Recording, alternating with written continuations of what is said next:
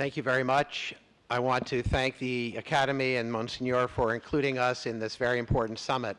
The International Bar Association is a global organization of lawyers with more than 100,000 members from 170 countries, and also 200 bar association and law society members. We are able to focus on the rule of law and human rights throughout the world, given our strength of combination of individual members and bar association members. We focus on many different ways in which to serve the rule of law, promote the rule of law, and protect human rights, in particular some that directly affect the purpose of this summit. And I want to describe some of our activities that interrelate and which very much relate to the focus of this summit. First of all, we have a presidential task force on human trafficking. And I'm very pleased that that task force is working with Commissioner Hyland and others in the UK in organizing and presenting training programs this year to judges, lawyers, prosecutors, police officers, and others, thanks in part to one of our officers, Jillian Rivers, who's here today as well.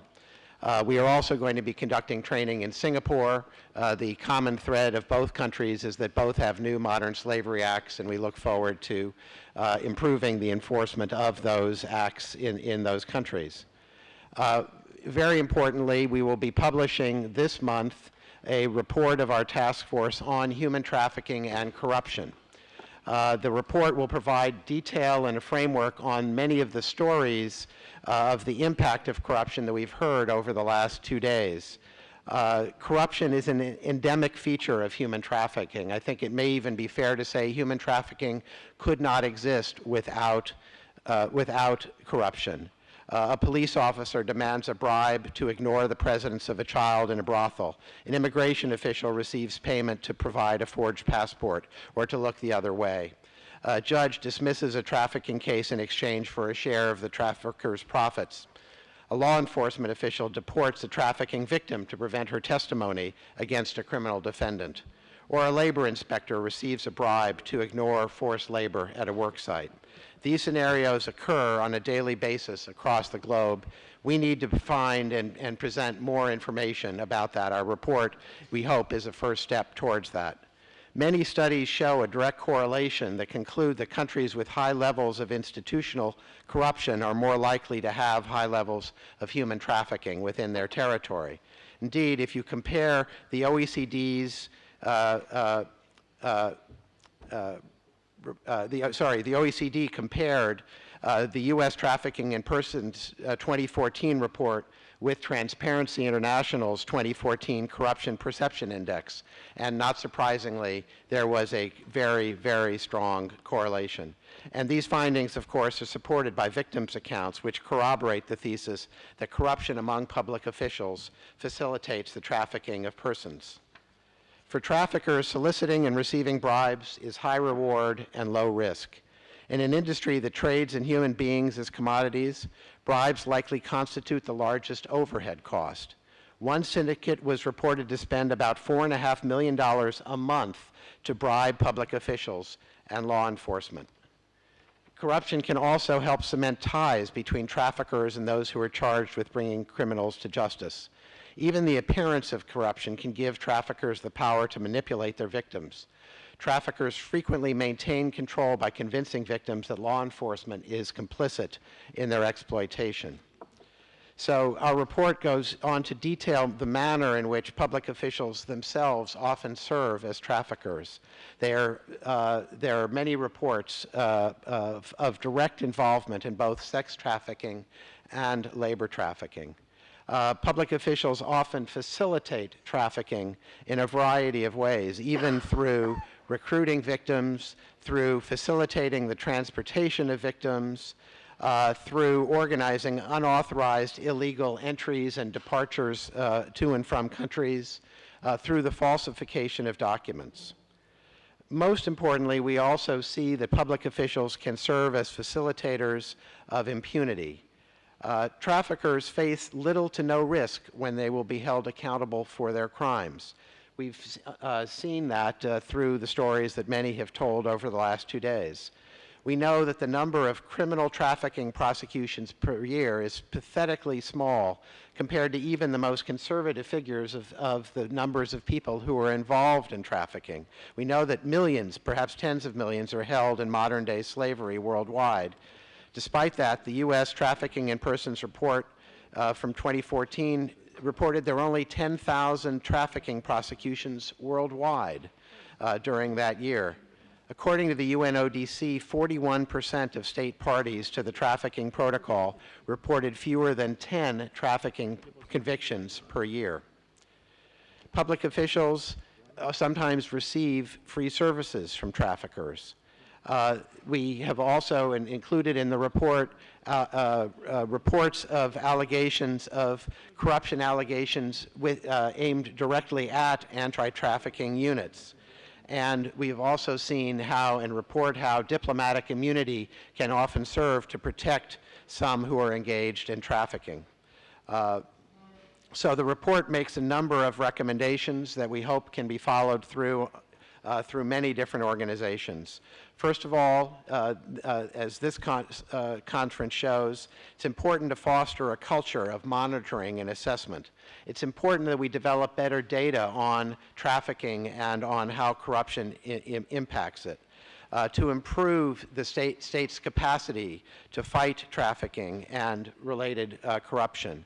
To do things like reforming human resources management systems, to improve rotation systems, or having 4 eyes, 2 people serving in similar roles to avoid corruption, to improve training about red flags of trafficking, to create codes of conduct, and to better tie together within governments anti-trafficking and anti-corruption units.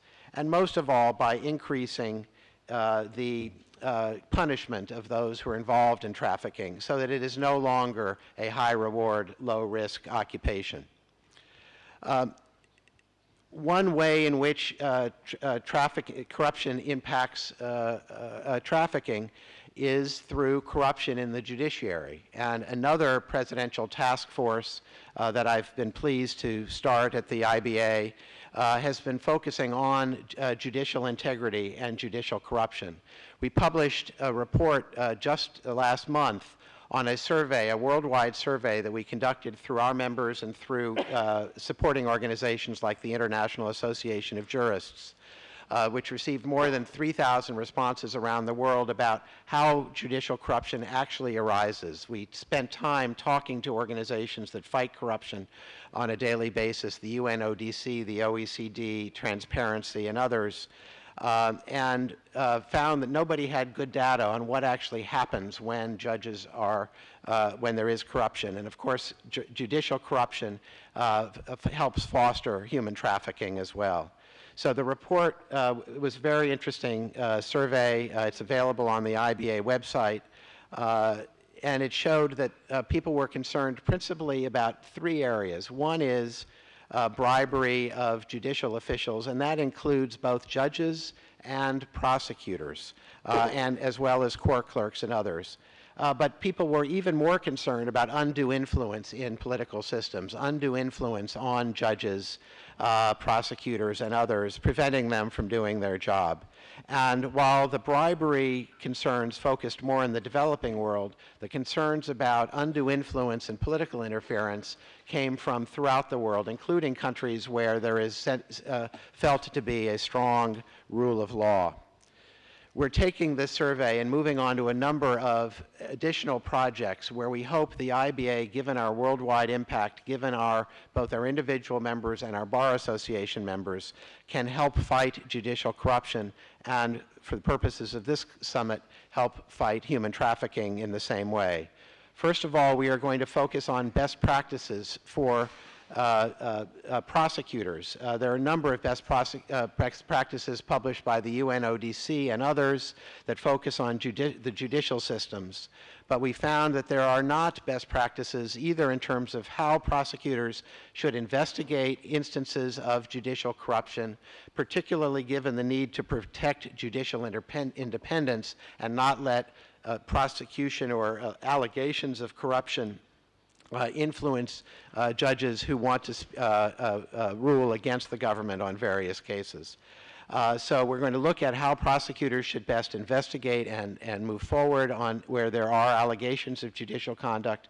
And we are also going to look at best practices for how prosecutors should interact with lawyers, third parties, judges, and others involved in the system in order to avoid corruption. We are also going to look at creating with the World Bank or perhaps other organizations a certification process, just as companies have industrial certification that they have in place proper systems and processes to avoid corruption. We are going to look at whether that can be adapted to develop a certification system for judiciaries, that they have in place proper systems to avoid corruption. We hope that this can really lead to competition among judiciaries in parts of the world that are trying to attract investment, or perhaps that the certification could become a mandatory requirement before the recovery of receipt of financing. We also saw the need to change the expectation about corruption. And we are going to work at first with a number of countries, including Mexico, Argentina, Korea, possibly the Philippines, and Ghana, to create an anti-corruption declaration that can be signed by judges, lawyers, prosecutors, court clerks, that can be published on the Bar Association website, and that can certify that these individuals will not engage in corrupt activities. And we hope that that will change the questions that the public may ask of them if, for example, a request is made in order to pay a bribe. And we're going to undertake a number of other steps too, both through our committees, our own committees, including our Judges Forum and our Business Crime Committee, but also working with others like the International Association of Jurists and the International Commission of Jurists. We also, in a very related project, issued just last week the IBA's Practical Guide on Business and Human Rights. And we hope by this to focus lawyers on the important role that they play in guiding their clients and indeed meeting their own responsibilities under the Ruggie principles, the UN guiding principles on business and human rights.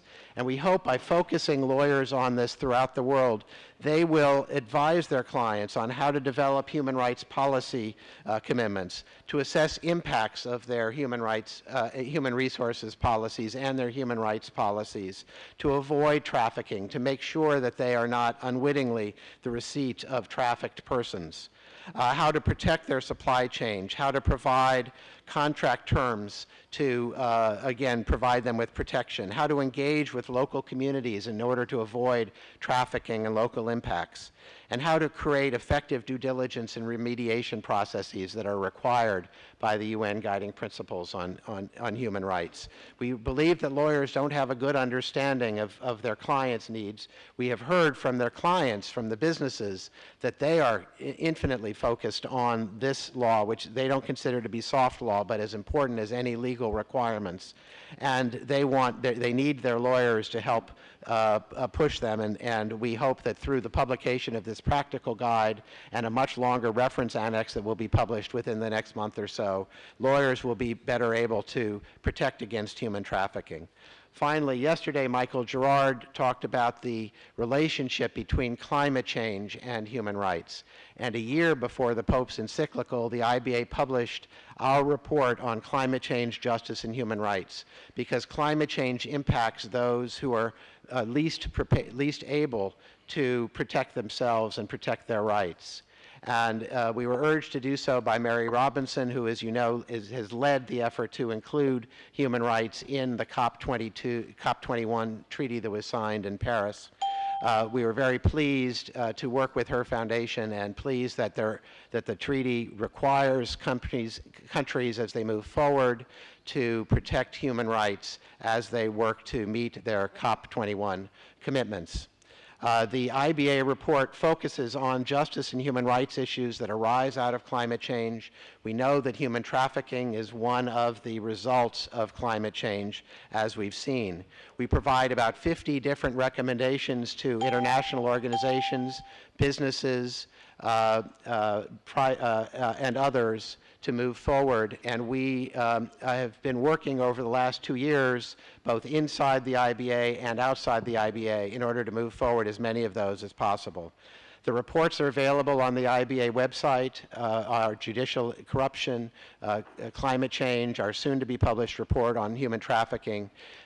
Please look there, the International Bar Association, but if you want me to send you, please let me know. Law and morality intersect, and it's the IBA's role to protect both. Thank you very much for your attention. Thank you.